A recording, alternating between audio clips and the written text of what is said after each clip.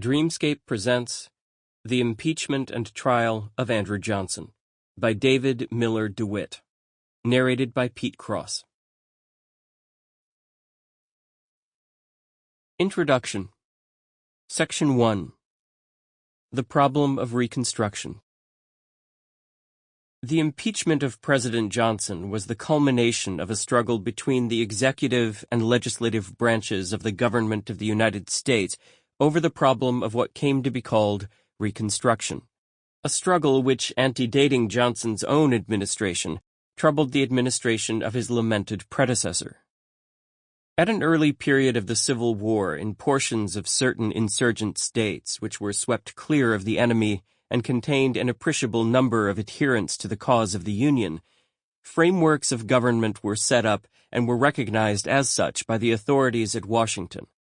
The refusal of Western Virginia to abide by the Ordinance of Secession necessitated the evocation of a phantom legislature for Old Virginia, sneered at by Sumner after its work was done as the Common Council of Alexandria, to give the consent required by the Constitution to her dismemberment.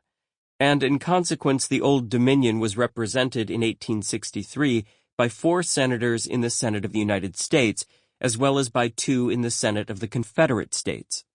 Tennessee, likewise, was represented in both houses of Congress, in the Senate by Andrew Johnson until he was appointed her military governor in March 1862, in the House until March 1863, and Louisiana sent 2 representatives from recovered districts who were admitted to seats in February 1863.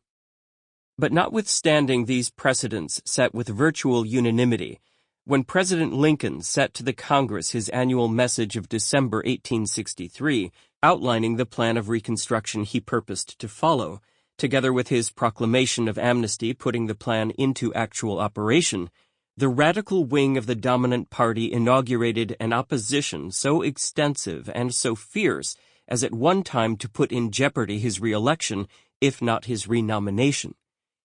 The plan had 2 features.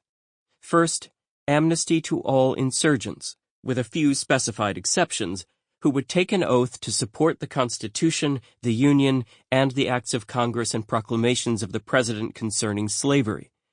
Second, recognition by the Executive Department of the United States of any Republican form of government which might be established in any of the 11 seceded states by insurgents who should have taken the amnesty oath and were qualified voters in 1860.